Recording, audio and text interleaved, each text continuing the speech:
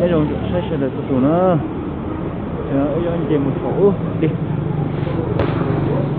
chơi đi.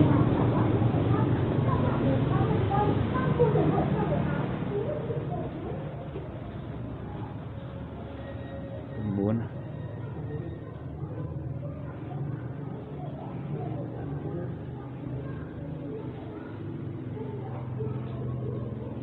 bên tầm mấy nó đang xuống này, đi cửa nào hả? Đi hết tầm luôn, quy định có người ra nó cho nó đi vào thang máy nữa, nhân được sự nữa ở lên tầng trên luôn nữa, lên một thang máy nữa.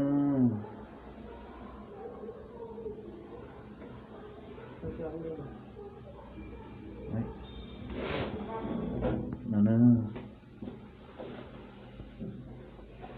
Nó yêu lên trong thang máy nó nữa. Đấy, bắt đầu lên. Chỗ nãy lên thang máy nữa.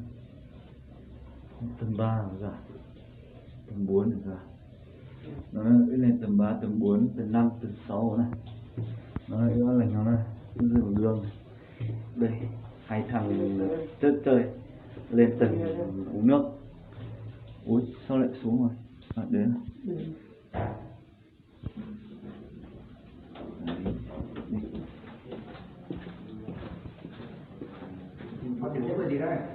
Dạ. Cháu quay động video thôi à? Cháu quay video chơi. Nhớ sao tận cho.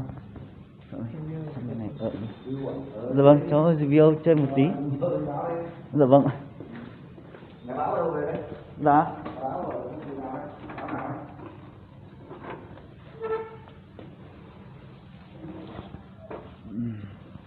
Có hôn nướng rồi. Dạ. Quán dưới hỏi đi. Hả? Sao nó mới ăn hả đúng không? Hả? Cầm say tối mà. Cà phê đến người xung quanh. Anh hôm mà cà phê để bỏ bao cả số rồi mình cà phê nó xung quanh. Nó sụt từ chia thật luôn. Cháu uống nước à? Vâng ạ.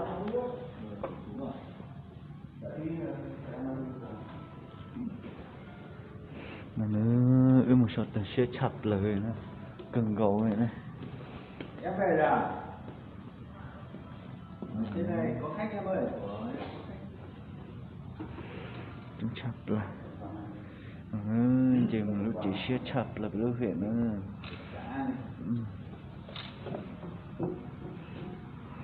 Có chặt là cho bây giờ sai thì nó sẽ nơi chọn sai rồi tụi nó cho nó phải học qua lại nè.